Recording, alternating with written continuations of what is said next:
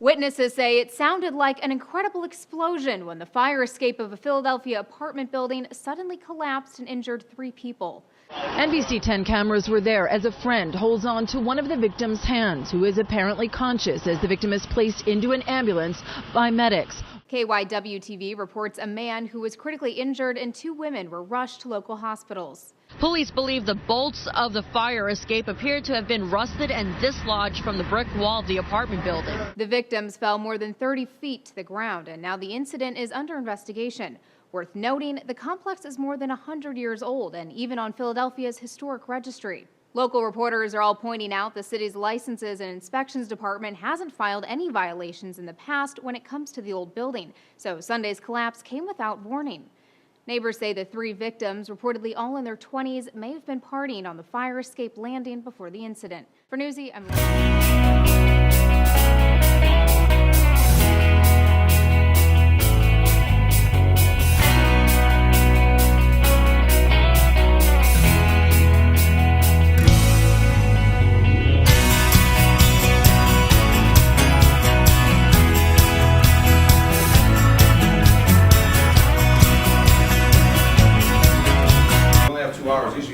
So we're going to do machine gun this class. I got a lot of show and tell, a lot of finger puppets, and so what we're going to do is really just get into the nuts and bolts. But if you go online, you type on YouTube channel, Fire Escape Academy. You type Fire Escape Seminar. You're going to see classes. We have like 1,000 videos out there. So I've taught this very same class from Seattle to San Diego, Chicago to Texas, Maine to Florida, right? So the last class that was in your area, I did the Passaic County Fire Prevention Association. 4-hour class, they got continuing credits.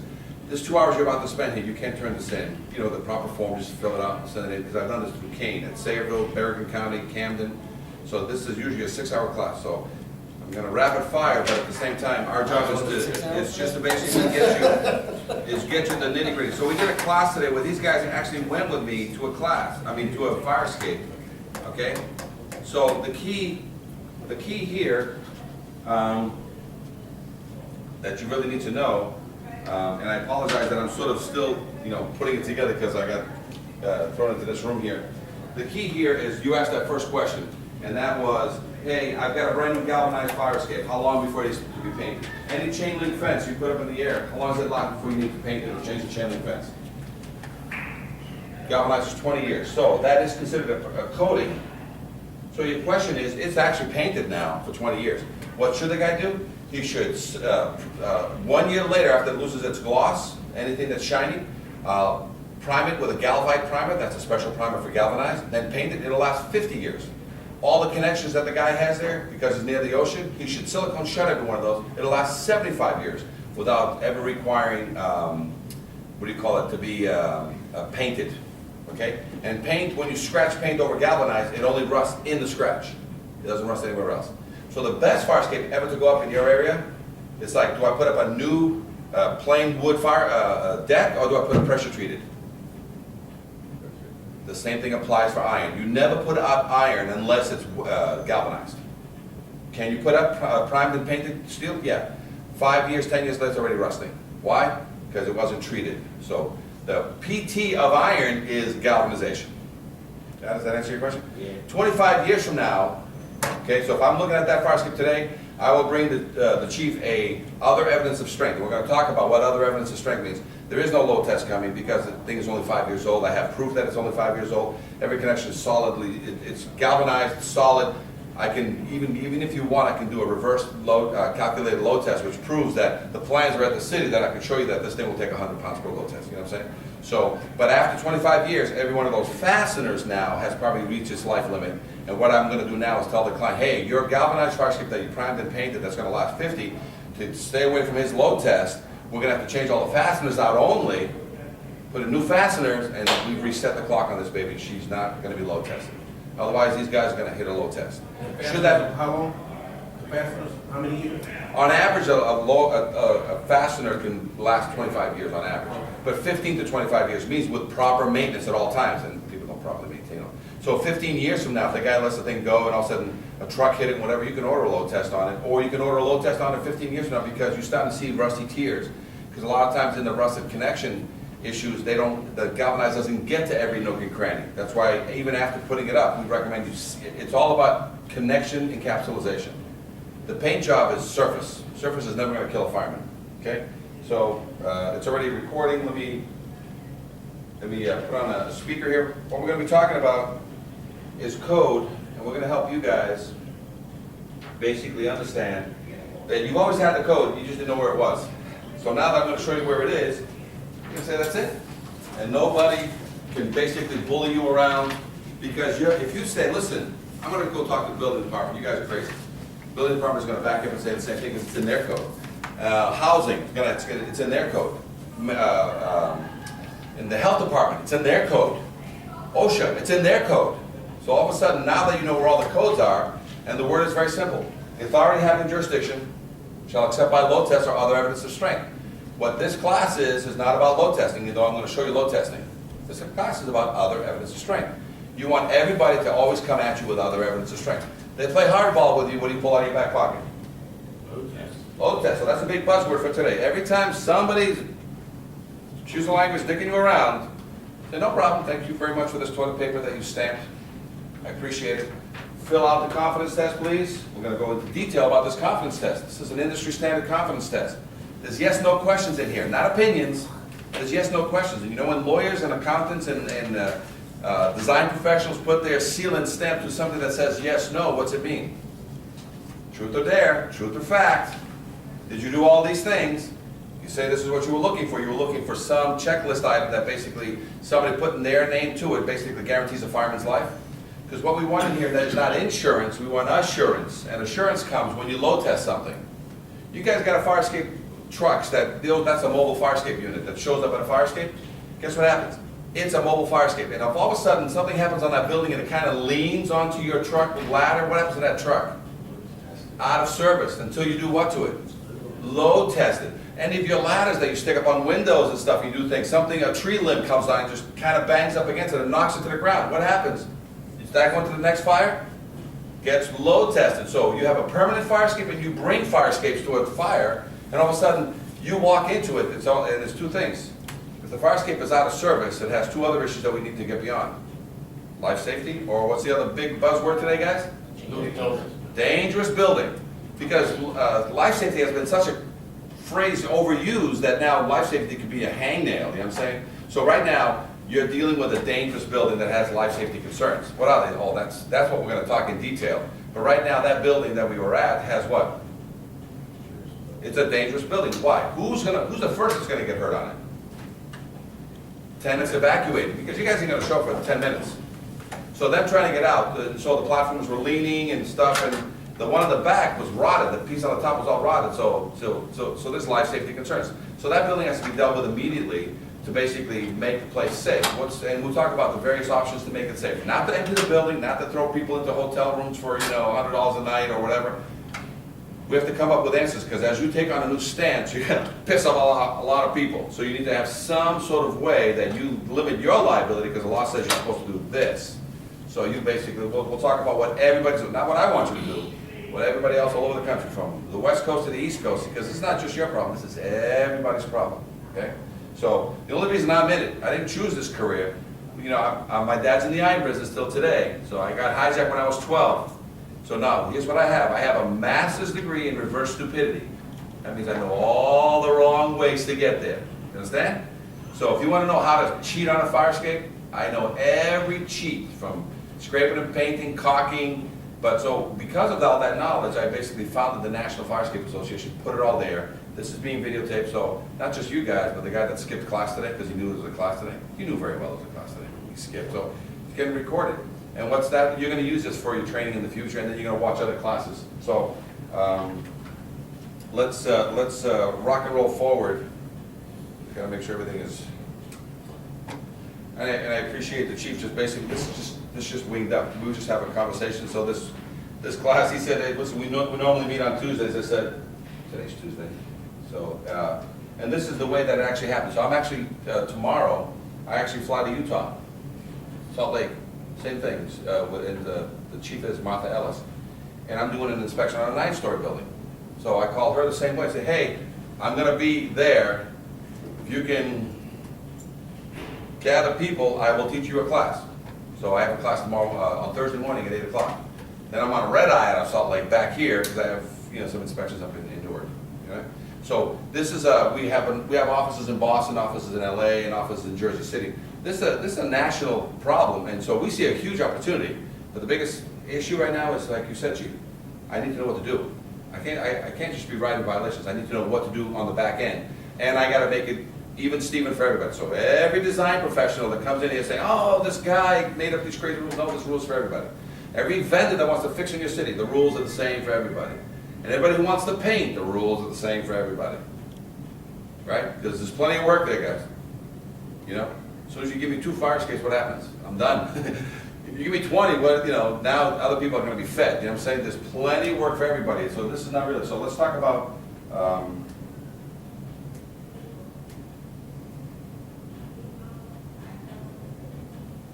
Let's see if this baby is working. She is. Good. All right. So we started the National Fire Escape Association. Your videos are going to be in there. So you're basically training the very same people that need to be trained. So sometimes cities around you, and we can do an association meeting, but sometimes a city around you is going to get your video to say, "Hey, you want to do something?" Because a lot of times this used to be 16 guys, now it's 6. Budget cuts, budget this, budget that. It's 6 guys doing the work of 16. So we need to show you where the code is going to help you. Because the first ones we're going to teach is fire escape guys, fire prevention. Then we're going to reach out to building department, health department, housing, and health. Okay? And building department. Why? Because the code says there's certain things that they can do to bring you back leads. You're not going to change their workload. You're not going to make them go look for stuff. This is stuff they're going to trip over, and every time they trip over it, they're like, "Hey, I got enough work," and they just throw it in that little pile that goes back to you guys. That's all they're going to do. They're going to pick up these things, just hand it back to you. You guys are going to take it. The International Fire Code of 2012 says you're going to take care of it anyway. So by the time International Fire Code of 2012 comes here, every building in the U.S. now needs a 5-year ruled inspection. And the report goes back to who? Got it? So when are you going to do 2012? Who knows? They had the IFC, the ICC was here a month ago or so. I was at the meeting, and it's funny that they held it here. Yet and I actually did a roundtable class there. But it all depends on how you get the word grassroots. So this word is not coming from the top down. This is actually from the bottom up. So you 6 guys are going to change the culture if all of you agree to what's coming up. So why fire escapes? Okay. Sometimes when people fall on fire escapes, they say, "Oh, you shouldn't be on fire escapes. You shouldn't be doing anything on fire escapes because fire escapes are not meant to carry people, and that's why all these people got hurt or killed." Wrong. This fire escape is built to 100 pounds per square foot. You have nothing else in your building that's built to 100 pounds per square foot. Your apartments, your buildings, your floors, nothing's built to 100 pounds. What that means, see what these guys are all partying right now? That's a 5x5. 5 times 5 is 25. Times 100 is 2,500 pounds. Got it? If I took those guys, and this is a very old picture, but if I took 10 of your guys, fully uniformed with tanks and everything, 300 pounds, 10 guys equal 3,000 pounds. Right? My problem is I can't put 10 of your guys inside a 5x5. So let's cut that in half. I'm going to put 5 of your guys in a 5x5, and they're going to really get tight and social. So I can get 5 guys, I think, in that 5x5. Well, 5 times 300 is only 1,500. I still got another 1,000 pounds to go. So they can drop an elephant on those guys, and that's when it's going to collapse. And even then, it's going to rip from the building. So fire escapes are made to never collapse because you can't get enough people. So if I had 150-pound people, I would need 20 people in that 5x5 to equal 3,000 pounds. So there's never a time on a fire escape that you can physically overload it because there's no room for you to overload it, and then it's built above and beyond the overload state. Got it? So a well-maintained and installed fire escape will never hit the ground. Got it? You guys, the old guys, tell the new guys coming in to fight fires, in case of fire, don't use the fires. See? That was recorded, see? You guys fall into that trap all the time. Why? Because 25, 50, 75 years ago, you could do this. 50 years ago, you could do this. 25 years, you can almost do this, but shit started happening, so what happened? Firemen started telling the other guys, "Hey dude, bring a ladder. Going to a fire, bring your own ladder, bring a truck. Never get on these things, they'll kill you." Today, grandma's 75 to 100 years old. Okay? So today, it was kind of funny. Was it Patrick? Yeah. Patrick said, "Cisco, when you go up, Go quick, because I already inspected this thing for you. She's already all set. And there's nothing wrong. And I'm down on the ground. I said, you sure? You sure there's nothing wrong here? He said, "No, I mean, listen, let's just move on. We got bigger fish to fry here." And so he says, and by the way, we're going to bring up, what's your first name again? Mike. Mike. He said, because we need to have a real load test, because Mike was a little bit bigger than him. He says, let me bring Mike along with us. Let's all three just go up there. And we started walking up this baby. I'm going to leave this as a present for you guys, because this is the landmine that Patrick stepped on that was holding one of the staircases. And he's just looking at the sunshine, he's just looking up, and I'm saying, dude, look down, because all these landmines are at your feet. Okay? So when I was pounding the fire escape, he's like, dude, you gotta break the fire escape. So this is my tools of the trade. This is an inspection hammer, this is a pick hammer, so I can pick and stuff. And when I ping pong up the stairs, which I'll show you why, this is only a 3-pound sledge. This is a picking hammer. I need this for my safety. This is not a load test. This is so I can go up the steps doing what I did, right? Ping, ping, ping, ping, ping, ping, I can go all the way up, even though they had rust. So it doesn't mean they pass. It means I can safely walk on them. And if you guys ain't walking on them, right, and bringing hammers with you, you're not supposed to be on them. So from the ground, 2 rules. Must be kept painted, must be structurally sound. So as soon as from your car you roll down your window and the thing is brown, you have enough to write a violation, you're done. Who's going to tell you what's wrong with it? You. Third party. Don't do our job. Don't tell me that the thing is... So with that training, we basically went and saw, okay, rust, we walked around the back. And from the ground, they did another inspection. And what'd you find? Same thing. First thing that he wrote a violation on was it was rusty. It has not been maintained, which is your code. If you don't maintain things, it's a code violation. It's not even a fire escape code violation. You're not maintaining it, it's already a violation, whether it's wood or steel. Then you said, we started looking up, and what did we see? Rust, dipping, bent brackets, which now turned it not into a simple problem. It became a life safety, or what's the new buzzword, which gets a lot more attention? Dangerous building with life safety issues. What are they? Well, pictures will describe. Bent brackets, the supports were falling, things were pulling away from the building, and then further investigation when you guys left, the whole upper bracket is all rotted out. So that upper stair platform was ready to drop the whole staircase. AC units, bicycles so obstruction. So that's not fire safety. That's obstruction of a fire lane or a fire code. So all these things were right there. So I was doing my hammer test going up, and we had huge rust. And I'm going to show you today in today's class. The quickness of today's class is to show you that fire escapes rust from the inside out, not from the outside in. And a 1/4 inch of rust takes 25 years to grow. And that what you guys are going to find out from today's class is that while that 1/4 inch is growing 25, guess what's happening to the paint job that's supposed to be done every 5 to 7 years? It's not. So that's why as the rust grows, it eats the rest of the paint. So you get to a fire escape that doesn't have one speck of paint on it, how long has it been ignored? Minimally? 25 years. That's a violation. We talked about the square head bolts, right? And what did you find on square head bolts? What's that an indication? Has it ever been maintained if it has all its original hardware? Never been maintained. So, and then we walked into an alley, and there was a nice new fire escape that had nothing to do with this client, and what was wrong with it? Bent ladder, because a truck hit it, and it's bent. You looked up the cement. No cement in the connections. No treasure falling though, right? But it still had, we had another dangerous building with life safety issues. You go outside here to your front, and you start heading down. There's a fire escape ladder that's smashed 1 or 2 doors down from the fire station. You know, the ladder's down, and the ladder is just bent left when you and I were driving. It's literally a stone's throw from here. So we're going to make it so that in all your day-to-day operations, you're going to be able just to see and sort of pick. You might have to slow down how many violations you bring, because a lot of it is going to be very evident in what we're going to be teaching today. So with that hammer, can I break a good tread if I have that hammer? No.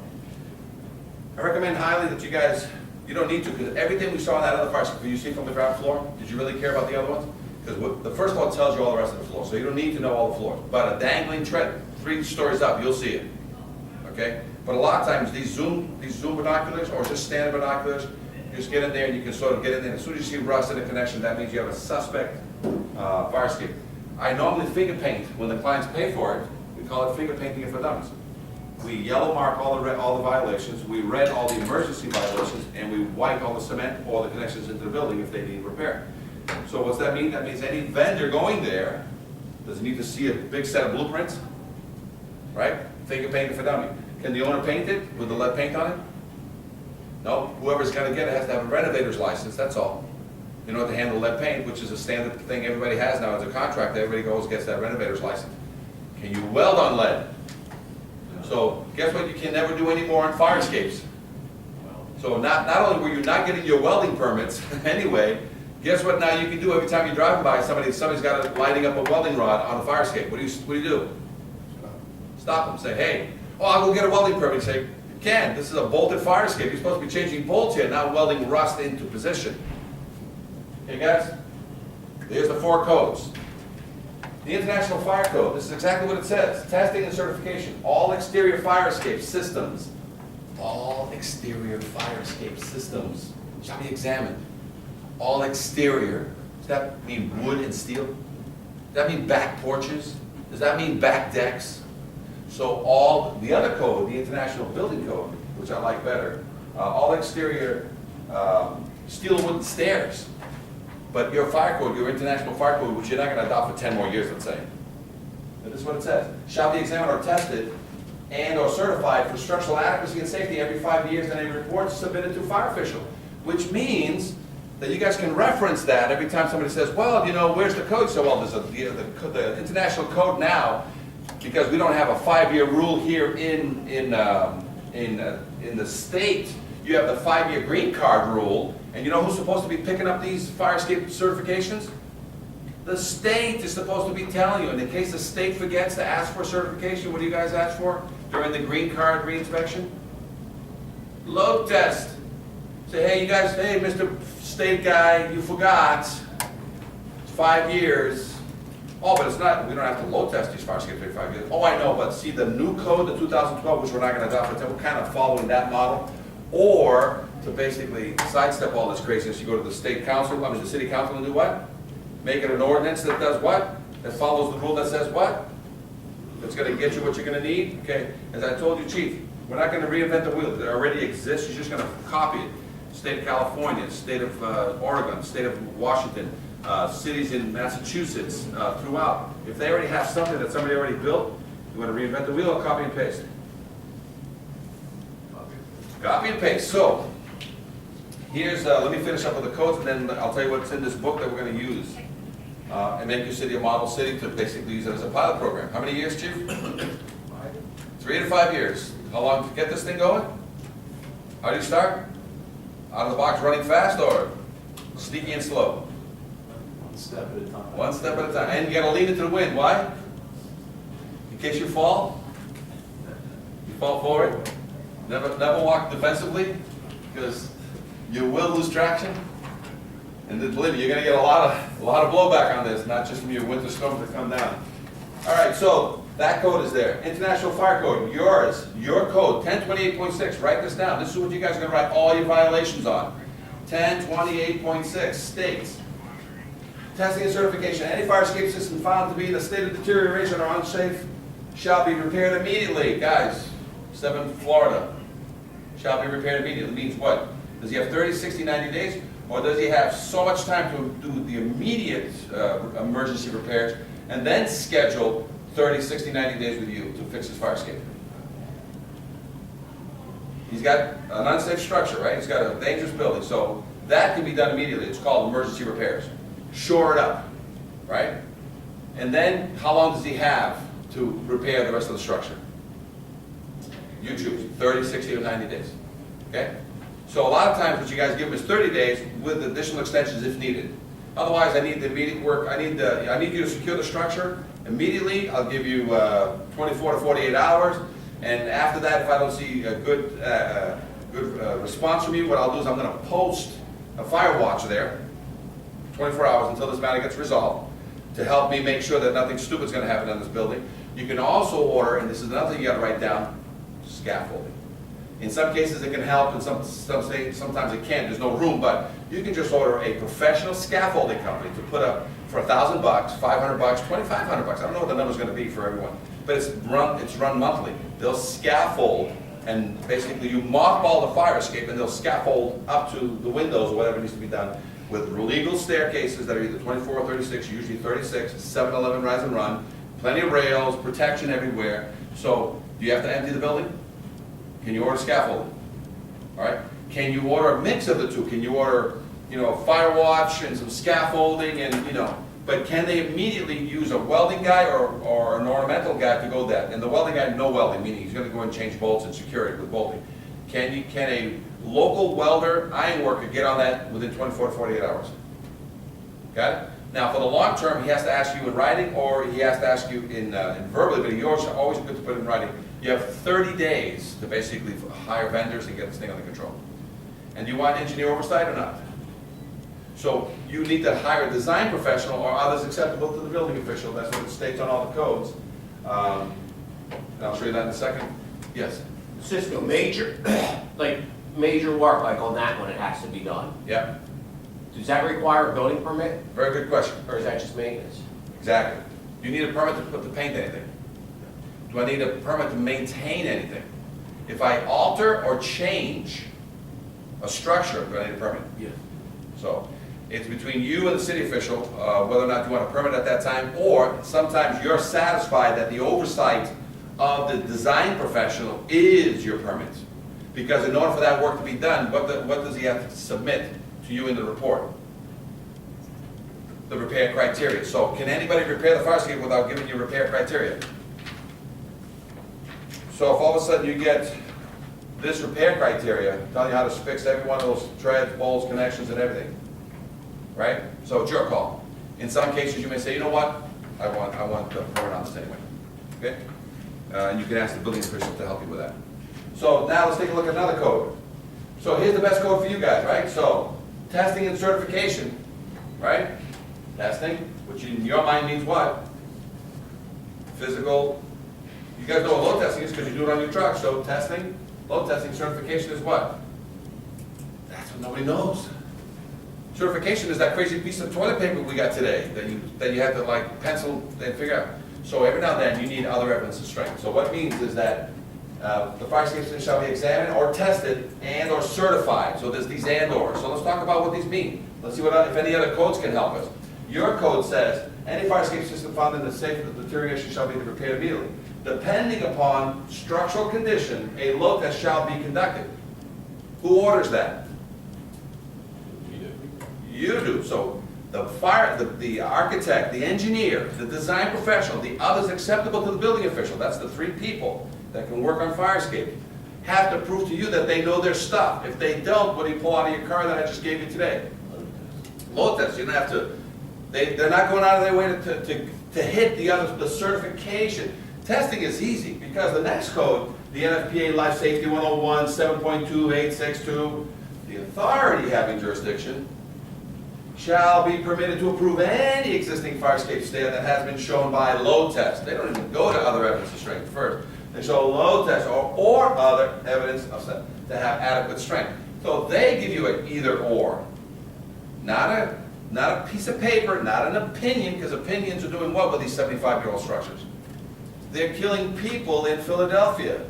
They're killing people in Colorado Springs. They killed a fireman just as all recent, in Chicago. So, if you guys don't want, now take a look at the back. This is what happened in our 73. Look at the back of your book. That photo won a Pulitzer Prize. That fireman saved himself with one hand at the last second. The woman died, the niece landed on her, and it was a motorized camera that caught the final shot before she hit the ground and died. So it was then that we had a code that was pretty much, if it ain't broke, don't fix it. It's a code similar to what Philadelphia has, which is, if we don't have a violation, you don't call it in, we don't know it's broke. Our job is not to go out and find things, which you were concerned about this last year. You guys signed off on that building. You guys are not in charge of doing a full inspection. That's a third-party requirement. Your job is to go there and verify that to the best of your information, knowledge, and belief. Now, you guys got the disclaimer. To the best of my information, knowledge, and belief, I don't see anything out of the ordinary in this building. I walked outside, I don't see anything out of the ordinary. That's why it's prudent as an owner of a building or a person that's about to buy a building, you perform a full envelope study. And if your envelope study, people don't mention that the fire escape is a piece of crap, you have somebody to go after. Because I'm about to buy this building and I need professional opinion from my lawyer, from my real estate agent, and from the owner who has to be truthful, because that owner knows, or is charged with knowing, otherwise ignorance of the law is a defense.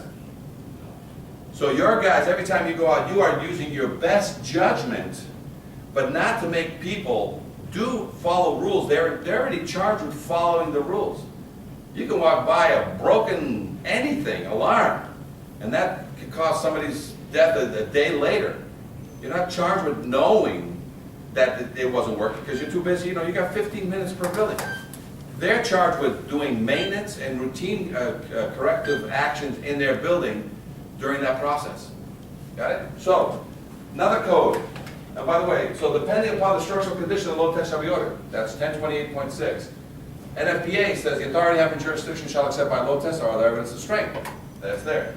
International Building Code, testing, certification, all exterior fire escape systems shall be examined or tested and certified. Isn't that the same thing as International Fire Code? It's the same code, and the 5-year rule finally came in. So it's perfect timing.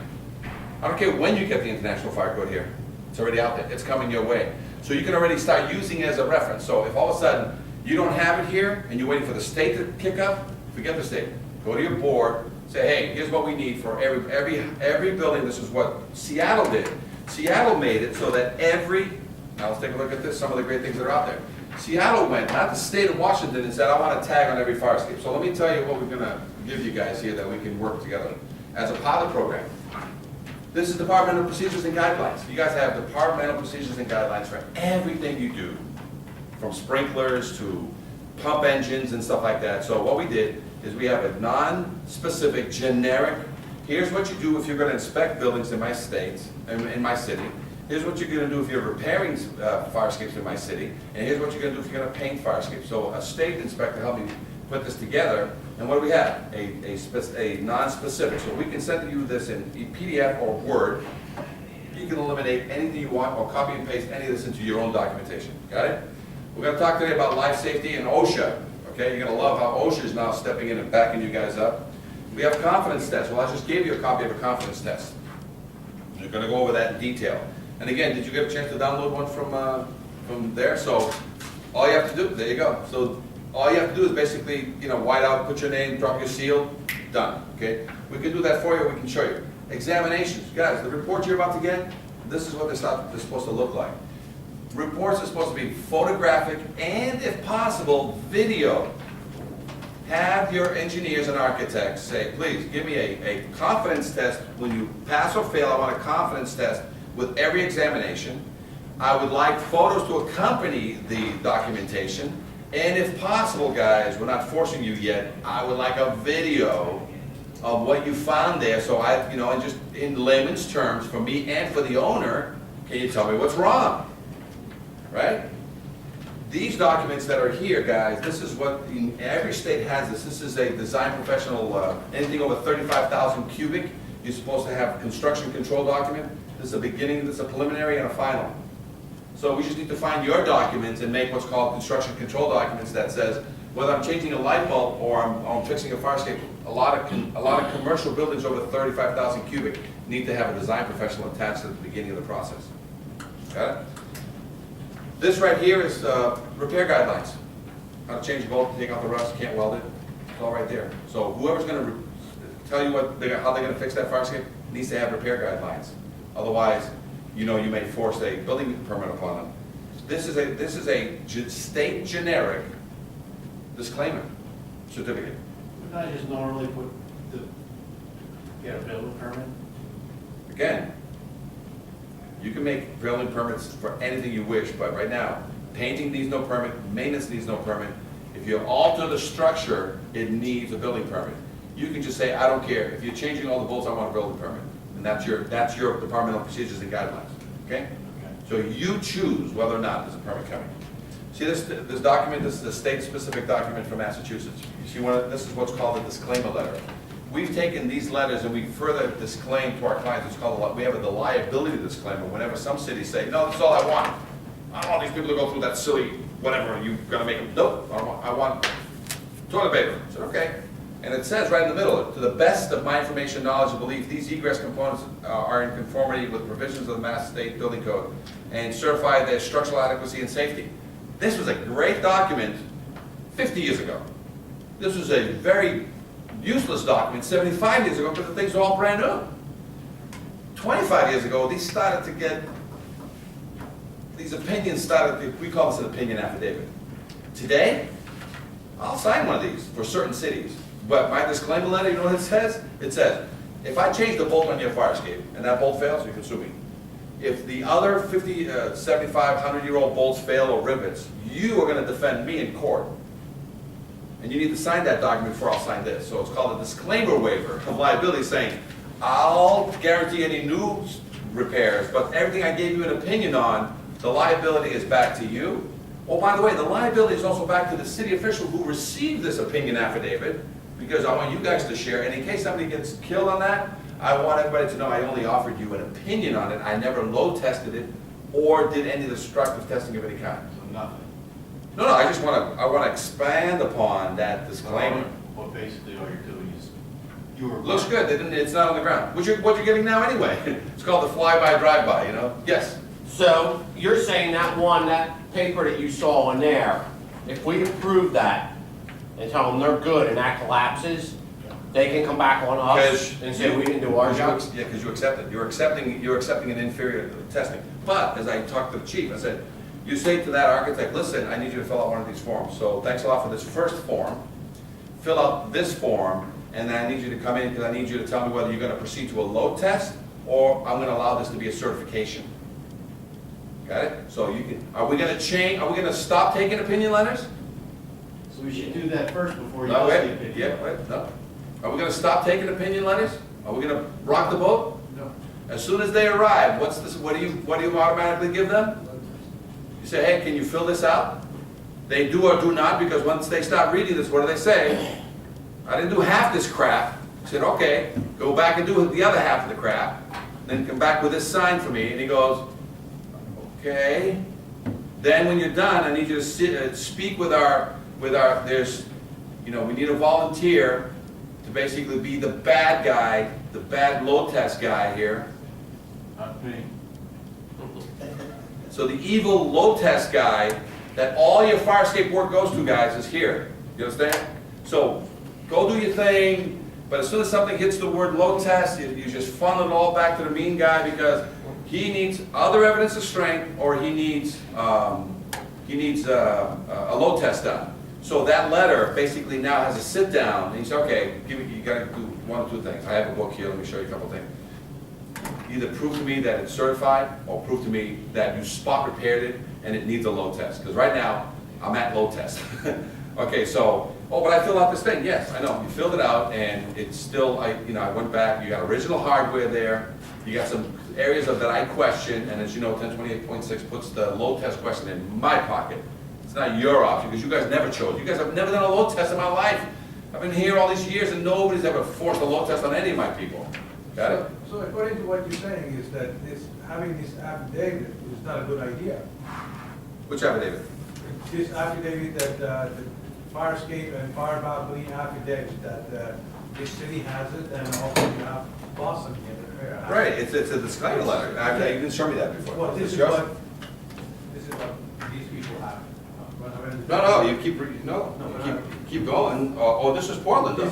This is part of these. Yeah, but look, they keep going. Yes. They keep going, and they have a confidence test. Yes. Yes. That's one of them. So, yeah, so this confidence So in test. conjunction with other ones is okay Yes.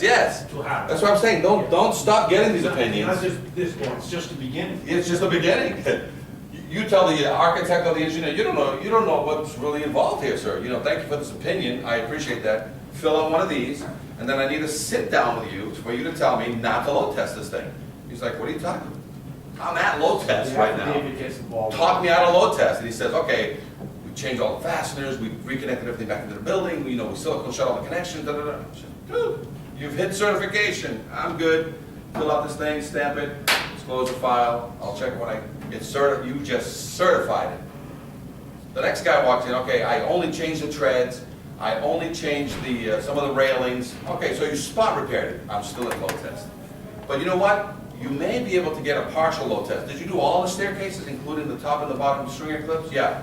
Okay, you don't have to load test the staircase. What else did you do? Did you do any of the platforms and change the rivets or the things on those? No. We're gonna load test the platform. You change all the railings, all the rivets on the rails? Yeah, that I did. Okay, so no, we don't need a load test on the rails. So on this fire escape, it's a partial load test, only on the platforms. See, what day is it gonna be loaded? I don't know when this load test is gonna report. I guess it's a collapse. Because you know what it looks like when it passes, right? What does it look like when it fails? Now, can we have the city engineer sign off on them too? when we do Engineers it? never sign off. It's a third-party sign-off.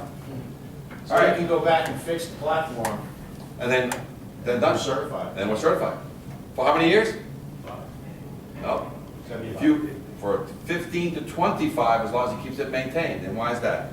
So if you change all the fasteners today, how far along you push off the word load testing, you'll accept certifications from qualified individuals for the next 15 to 25 years. Meaning, as long as you keep painting this thing, and you put 35 to 50 year silicone in all these connections, even if they ignore it, what's the worst thing that can happen in 15 years?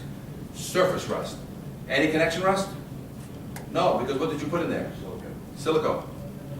Got it? So you can, this is what, Now, so the this is not a load test, Does it's that not a load test change question. according to where it's at? Huh? Does that change according to location, where we're closer to like salt water, where you get more rust than like But- something out in the Midwest? But that's just surface rust. You know what I'm saying? Don't forget, as soon as you manage the connection, you're not gonna have that problem. You're gonna have more surface rust faster, but you're not gonna have connection rust if you've maintained the silicone of the connections, okay? Write this one down. This is the bombshell for a lot of people. 1910.37 says, OSHA says, you can't have any people in a building, including who?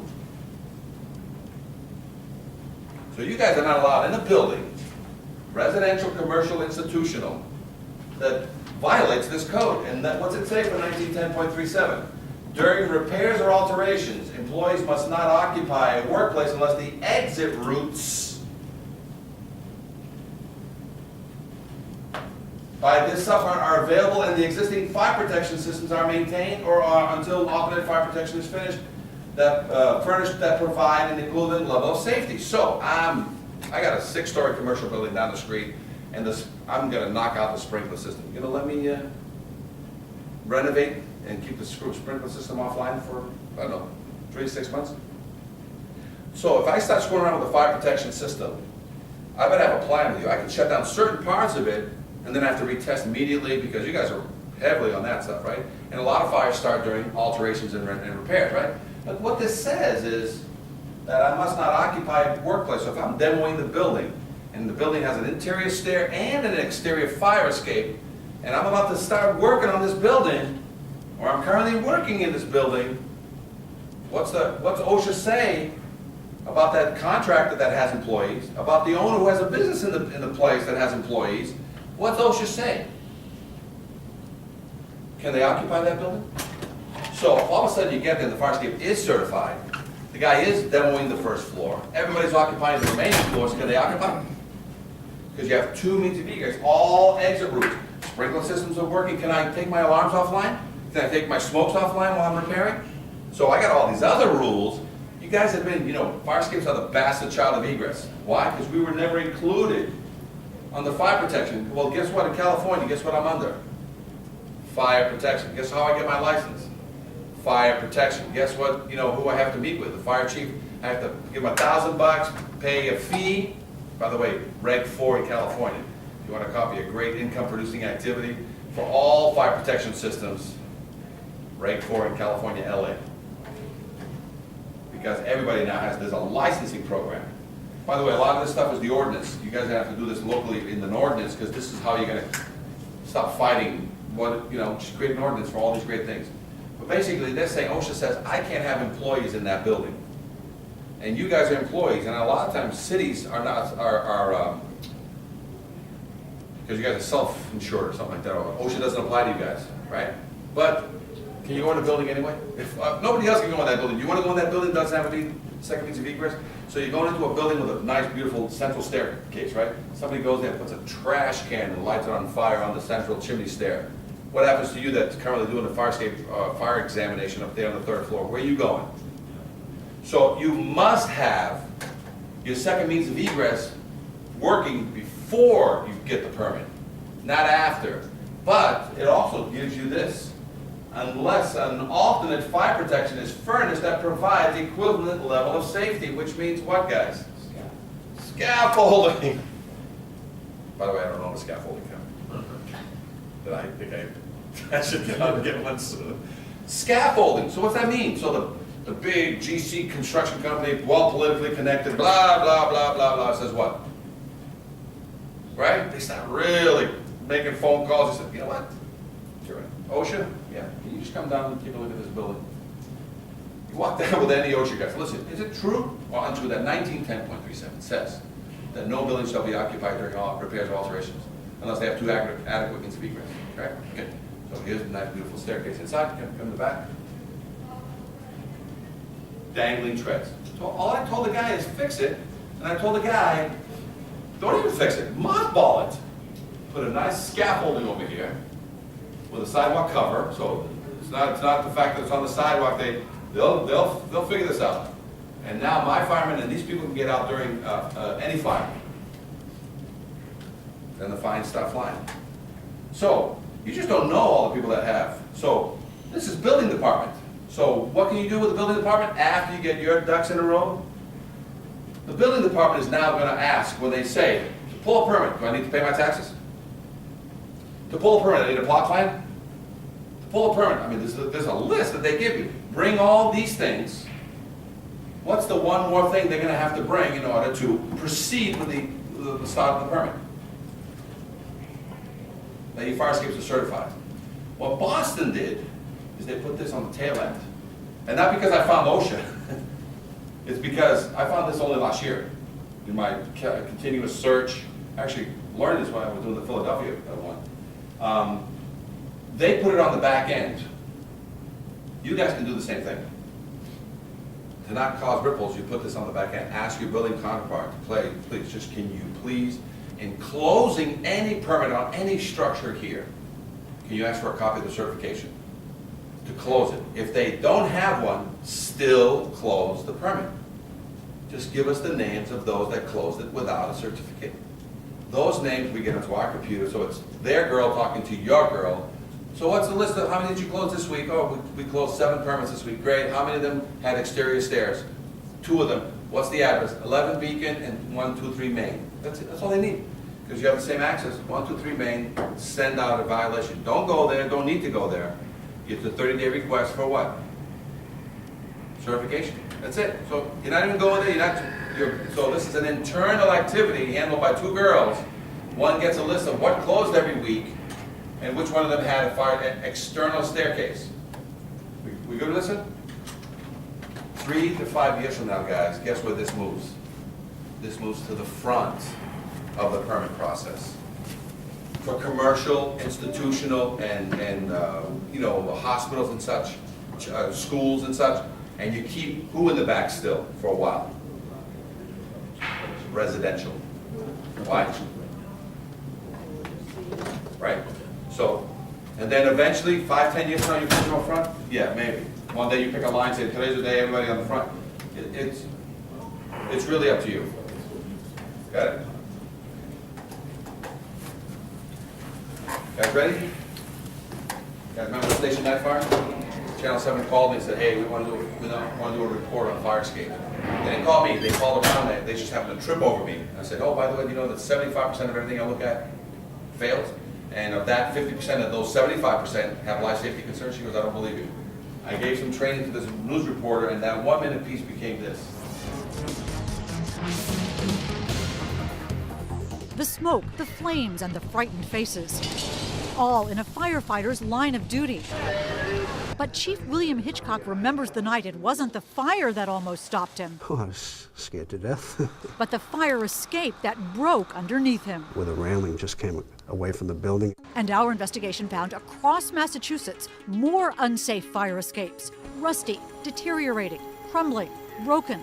And what state officials didn't know, the system they set up to keep fire escapes safe is also falling apart. The potential ramifications are disastrous. So let's look at this one. This expert ironworker is licensed to build, maintain, and inspect fire escapes. So then over here? For months, we examined dozens of them with alarming results. Looking at this today, would this pass inspection? No. In dormitories, at theaters, at homes, and apartment buildings. Rust is actually eating away the metal of the fire escape. Correct. And the bottom line?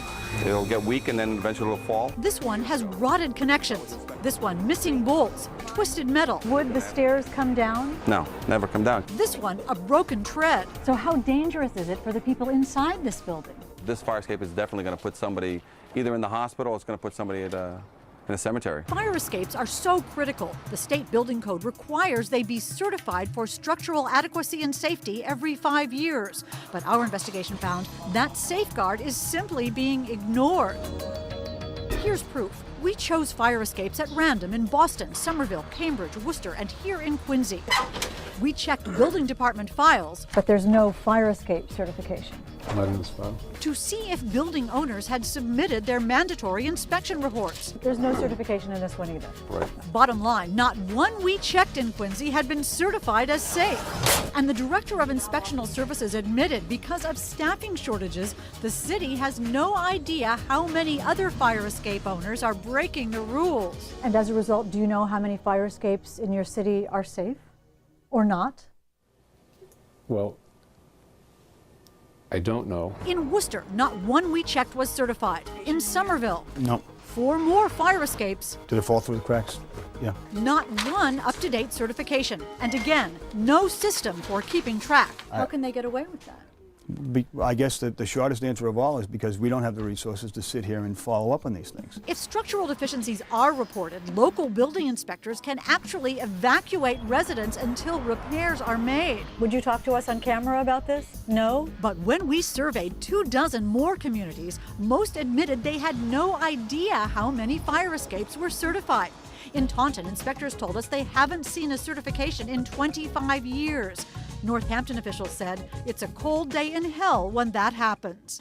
In Cambridge, too, not one of our test buildings was certified, and the official in charge would not come out to discuss it.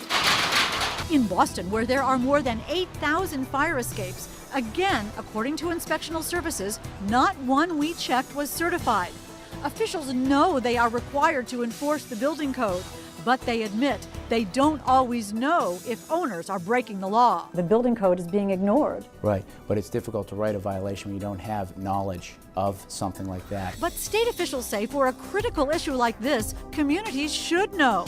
And they warn the Massachusetts building code is not optional. Does it worry you that these fire escapes are not being certified? This is an important issue and should not be ignored.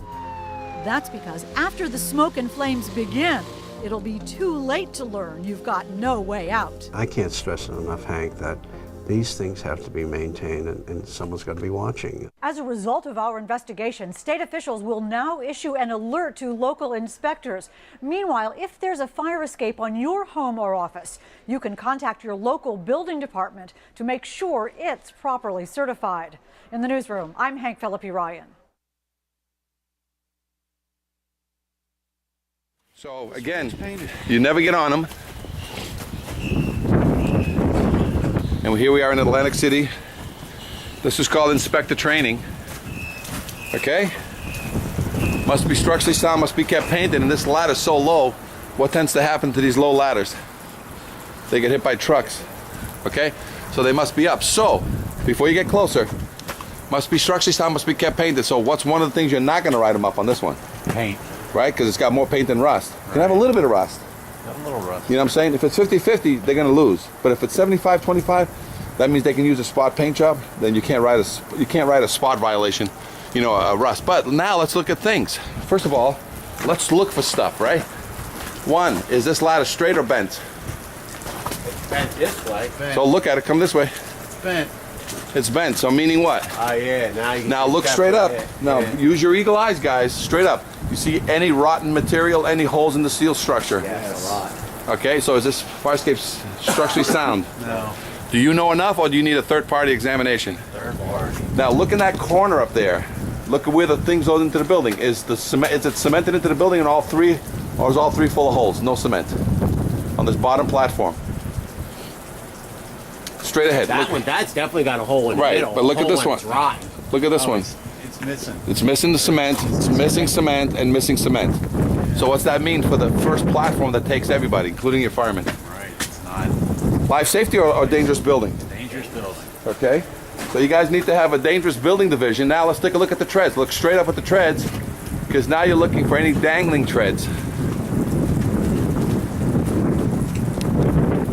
Any rust in any of them? Any dangling treads? Okay. Who's gonna? Dangling, but you can see rust underneath. Right, you can see rust in the connections. All right. Now let's look up to the other platform up there.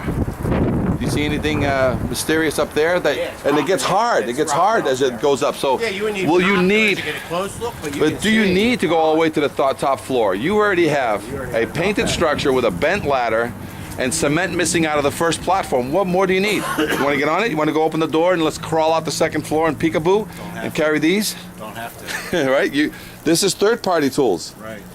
You guys will never need to get on the fire escape. And now let's take a look at original hardware or new hardware. So is it square head bolts you see or hex head bolts? Square. Square. So these are 50 to 75-year-old bolts. You're gonna take an opinion on them or you want a load test? All right, so if I came in here and I was watching a vendor and he took out all those bolts and removed all the rust on the treads, and then the connection at the very top of the string and at the very bottom of the string you put in all new, do I need to load test this staircase for you? If I put in all brand new fasteners, remove all 100% of the rust, or have I given you other evidence of strength? I would say yes. Load Okay, test. I come in and I see that connection's into the wall. I'm gonna cement shut all of those. I'm gonna put a hole next to it, 6 inches away, and I'm gonna put a new epoxy bolt into the building. I don't care about these originals. And I'm gonna bury the new epoxy bolt 8 to 12 inches deep into the wall. And I'm gonna reconnect it back to these fasteners. So you're gonna get brand new master connections. These are gonna be the slaves, right? Do you want me to load test the platforms now? Yeah. Well, I just gave you no connections. Why would you? If I change all the fasteners on the platform, I don't know, but I want to load test. but if I give you new, see, the question is, depending on the structural condition, a load test may be ordered. So I have an either or with your department. If I refurbish it in its entirety, there is no load test. That's the national norm. Okay. So back to the question, I change all the fasteners on this platform, No. and I drill a new epoxy bolt into every support. I fix the old ones going in to make sure that they're closed so nothing's getting back into those. So now I'm at 200% into the building, 100% new fasteners, no square head bolts left on this structure. Do I need to load test the platform? No. Perfect. Now let's talk about this ladder. I got a quick question for you. Go ahead. Yeah.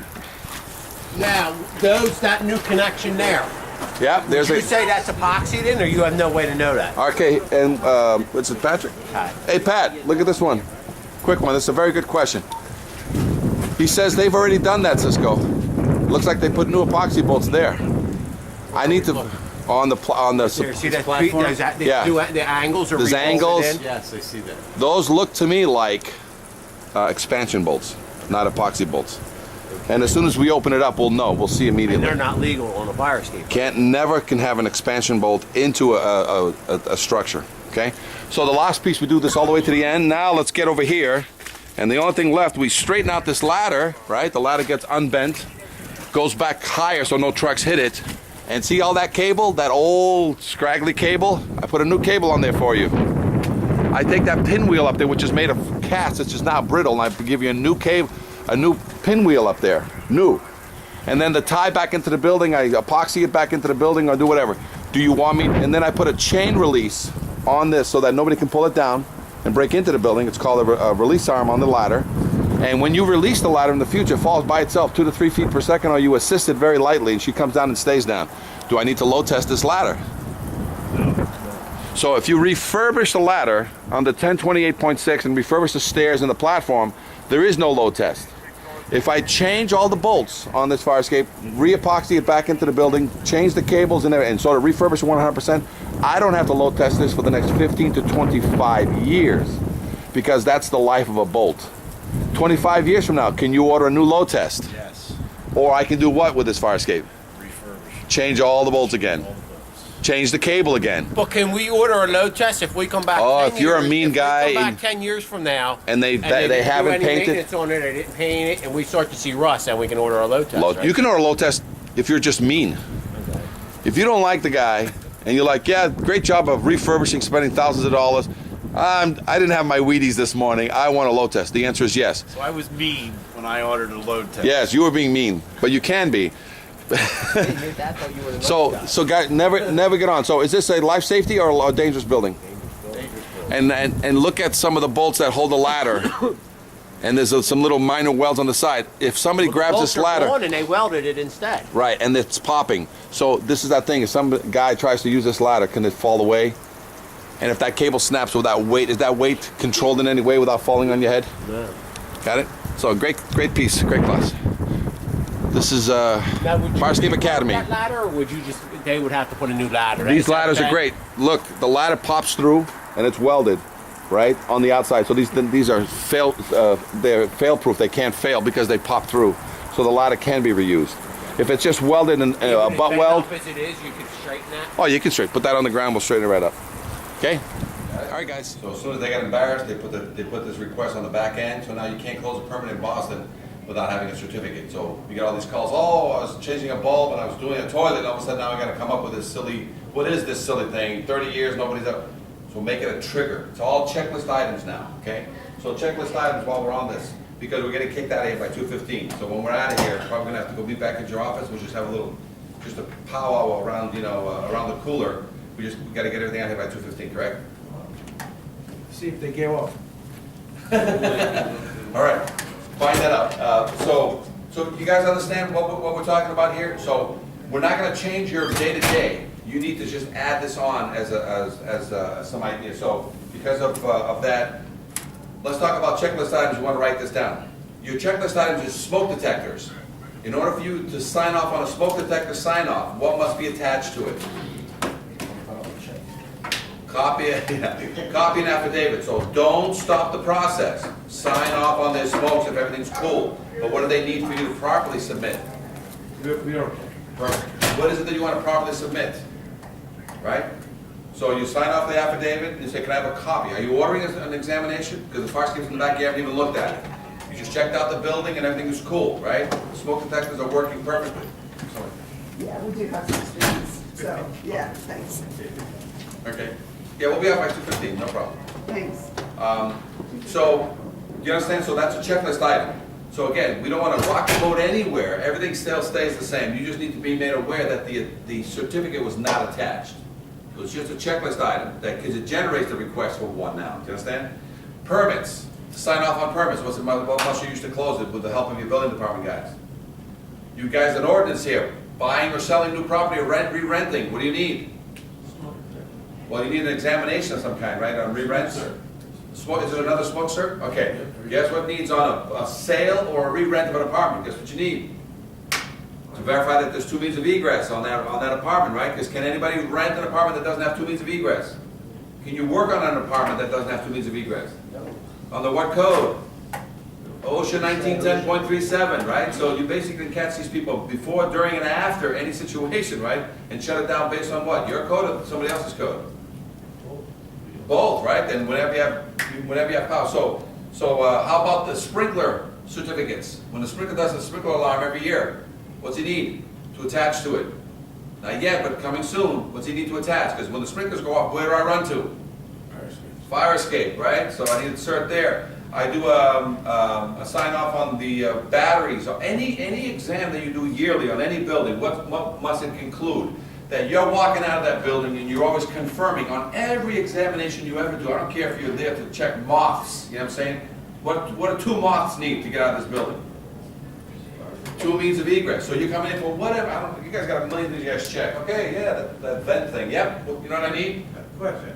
If you're inspecting the properties every 5 years and you're requiring that certificate of fire escape, with a green card. then you're okay, then, They're not doing it. Nobody's doing it. but if you are, Ordinance. You set the ordinance up. I'm telling you that whatever you have in your fire department, the last thing you do when you walk out of there, you must confirm on your checklist item that there's 2 means of egress. That's all you're doing. I don't care what they're signing up for. You know, they're signing up for a dance and you're like, okay, yep, I'm about to sign off this permit to dance here tonight. Okay, just need a copy of your certification. What the hell is that? That there's 2 means of egress here, because people need to self-evacuate and get out of here so we can come and fight this fire. Otherwise, it's not a fire. We're not fighting a fire. It's a what do you call it? It's a rescue mission. So here, you know, you're gonna have your horses here dancing all over the place. Great. You know what I need so I can issue this permit for this party that you're throwing here. What do I need, guys? Certification. See how quickly this is going to trigger a lot of activity back to you? So don't go looking for this stuff. It's already existing. You just need to add something. So your rule is that all structures that have 2 means of egress to be rented, sold, used, repaired. So if that's the case, you just basically make whatever you do that process, and then by the way, I need a copy. You're not ordering one, you're asking for a copy of one. And they go, huh, what's that? You're gonna like not sign that thing? No, don't stir the waters. Sign that thing and say, and depending on your evaluation, whether it's a major issue for you, you say, you know what? But you gotta get this done in 30 days. You may, you know, but at least it started that process.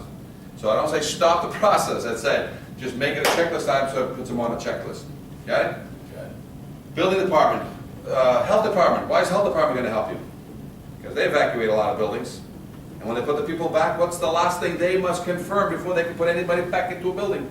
That it's a safe structure. So when you speak with your buddies at the health department, they need a safe structure certificate, which is a copy of the certificate you already have.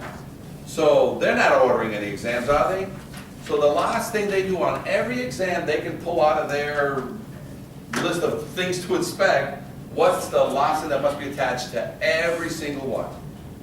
That it's a safe structure, that it has 2 means of egress, that's all. Oh, it was a mold thing, yeah. That's everybody's coming back in, great. So they're all coming, no more mold, mold's done, great job, you know, mold remediation, whatever. I just now need what? Certificate that this building is a safe structure, that it has 2 means of egress. It doesn't have one. You're going to stop people from getting back in? Nope. But what's now needs to be done in 30 days? Got it? So this is all checklist items. So that took care of building, health. You guys have a property maintenance division or something like that? So that's part of building. So that's for Section 8 housing and all that stuff. What do they need to get into a structure? No lead, no bugs, no cockroaches, and what else? Safe structure certificate, which means they have what?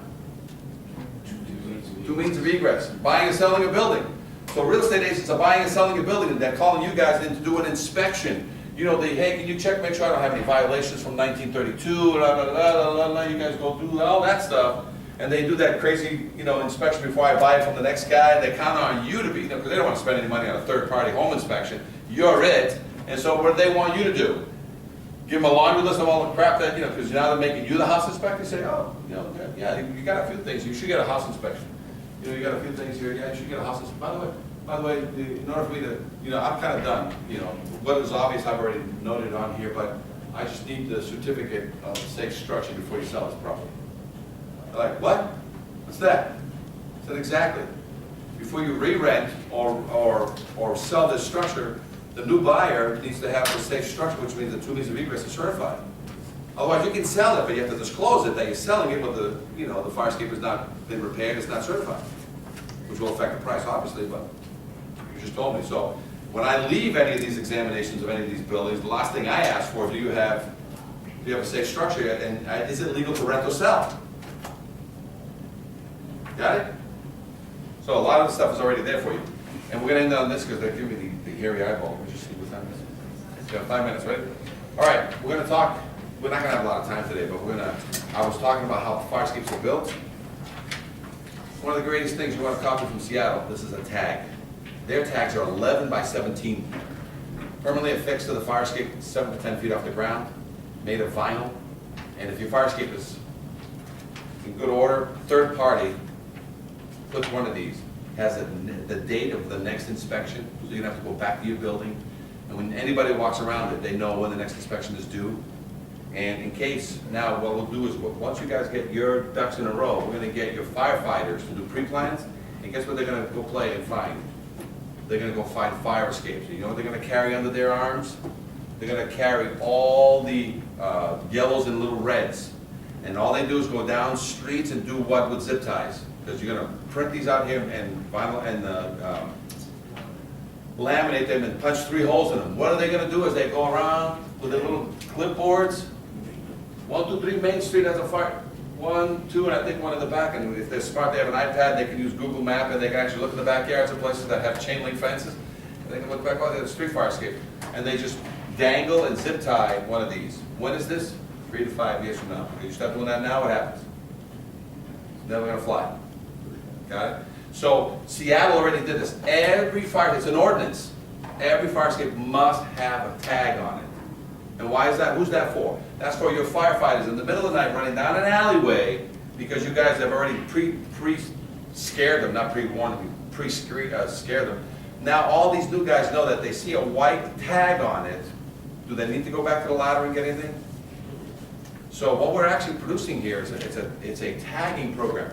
You guys got to go backwards and see what you did in history. Did you guys do a fire hydrant tagging program to go find out which ones were broken, which ones were good? Did you guys create something and every fire hydrant had to be identified and there had to be like a line in the sand at what condition it's in, can we use it or not? Did you guys do one of those? We do every year. We do that every year. That's more than one problem. Now you're going to do one for fire escapes. You're going to have a program where you're going to use your fire guys, your new guys, and everybody's basically, you're going to create a program where they go and just identify how many you have. Because they said Boston had 8,000. How do you think they came up with that number? 75 years ago, in 1975, when they had plenty of money and 68 people working in one department, they said, you know what, we need to know how many fire escapes we have. And they started going out and physically counting fire escapes in the neighborhoods, you know what I'm saying? And they came up with about 8,500. So you guys need to come up with a program, because what we're doing here is not a certification program. It's a tagging program, similar to what other city? Seattle and Portland, which requires what? That like your elevator, what do they want to see prominently somewhere near the fire escape or on the fire escape? Certification that has what colors? White. If it has a yellow or a red, what's it in the process of? If it's in a yellow, it's a process of repairs. If it's a red, it's got fire watch or it's got a scaffolding situation. And if you read, if your guys leave a tag on a fire escape, read what it says right on the tag, a yellow tag. One of the first things it says, number 1, contact your fire official. Number 2, it says, have fire escape inspected. Number 3, it says, service it and load test it.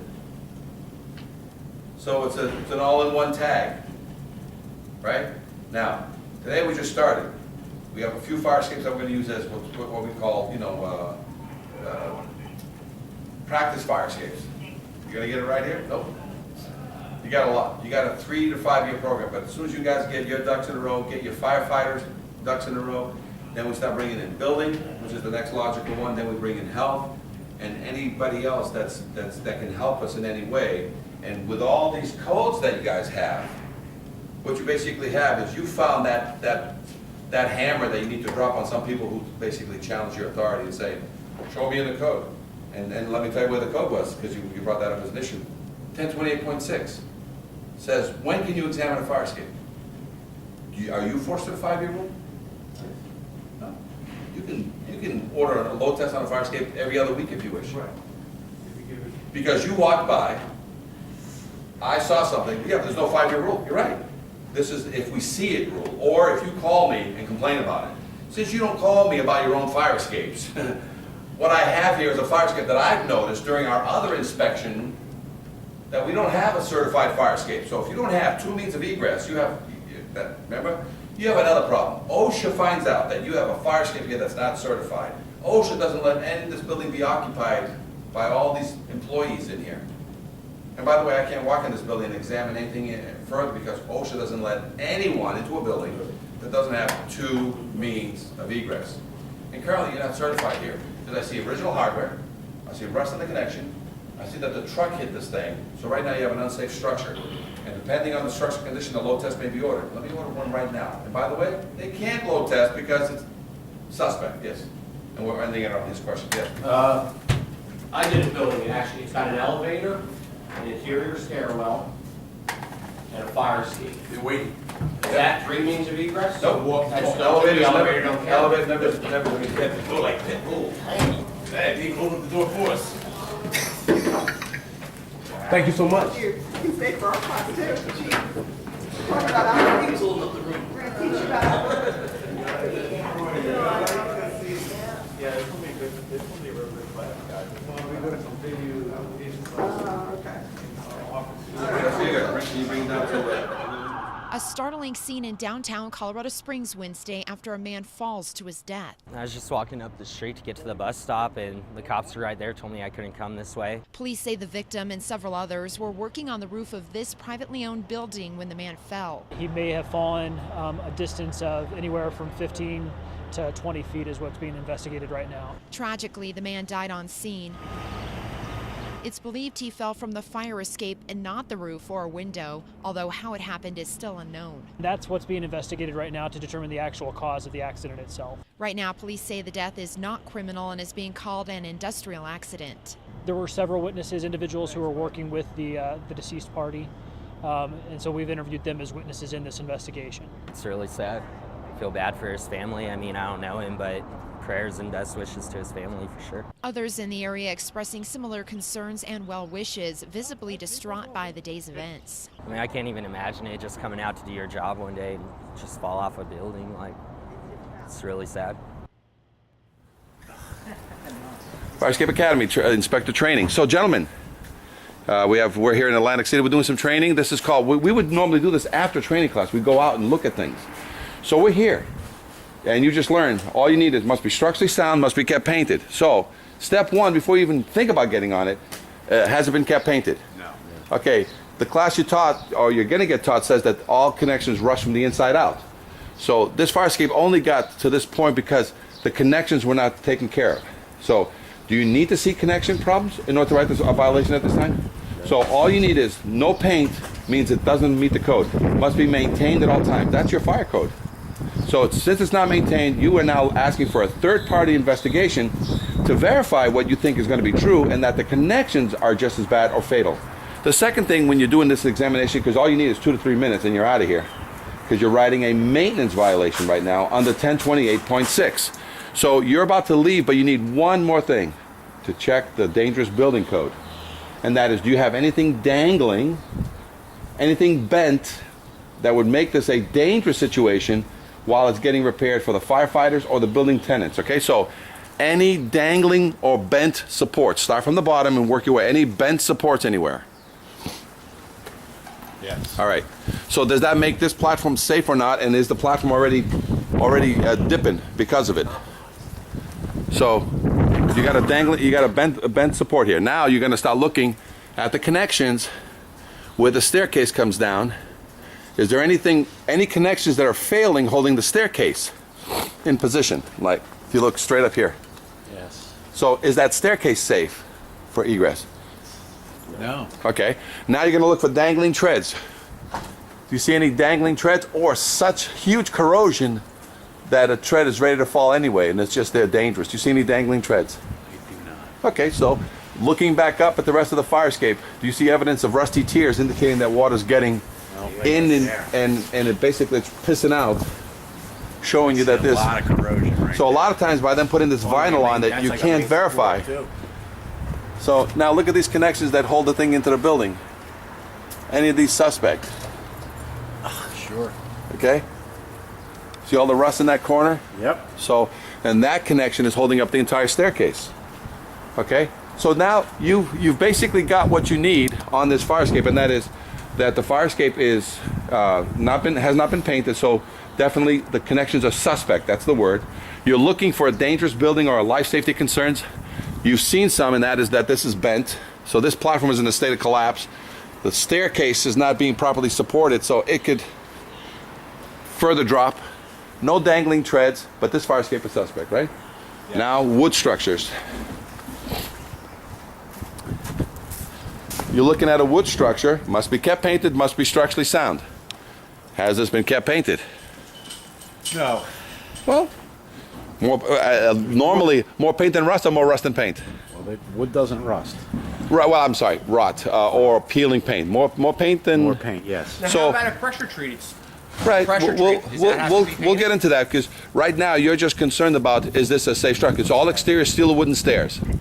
So if this is going to be used like a fire escape, this has to be examined and load tested. So now you can come in here a little bit and you never want to get on them and you sort of want to get underneath them. You see any cracked wood? Definitely that one. Okay, and you see any short wood, meaning trip hazard? Here it's missing some pieces. So you've seen enough to basically say, okay, this needs to be examined. Okay, now whenever you can, you get underneath. And you look underneath here and you try to see the construction mode. Are any of the steel, the galvanized pieces, the wood, the nails, is anything look like it's expanding? Right? Yeah. And it's all going to be done by third party guys, not by you. So do you have enough evidence on this one that it needs some repair? And it should be stained and sealed, right? And load tested. A lot of times we never load test wood. The only thing we do with wood is we reinforce it with steel. And a lot of times we give them another 5 years before they can replace it, depending on how old it is. Okay? So with that being the case, quick look on this one. More paint than rust or more rust than paint on this one? It needs to be painted. It needs to be painted. So do you have enough for the maintenance to write a maintenance violation? That maintenance violation automatically triggers on the 1028.6 a need to have it examined by a third party. Do you see any expansion? Do you see any areas of concern? Do you see any joints that are missing gussets or steel, or that the wood has popped? And this is just from another yard. Right. And so the fact that it hasn't been maintained by paint means that certain metal connections are and nails are what? Rusting. Are rusting in there. So who's going to tell you that?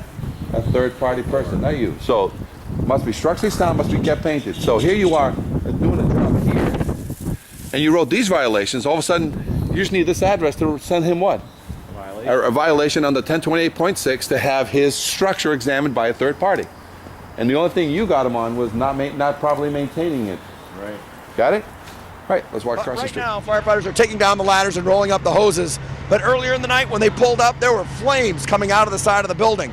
Firefighters say it was one of the scarier moments because when you pull up to a building and you see children and mothers hanging off the side of the fire escape, smoke swirling around them, they said that's scary, scary stuff. They got up there, they got the ladders up, and they said nobody got hurt. The fire escape, there was 3 or 4 people hanging off the fire escape. They couldn't get off.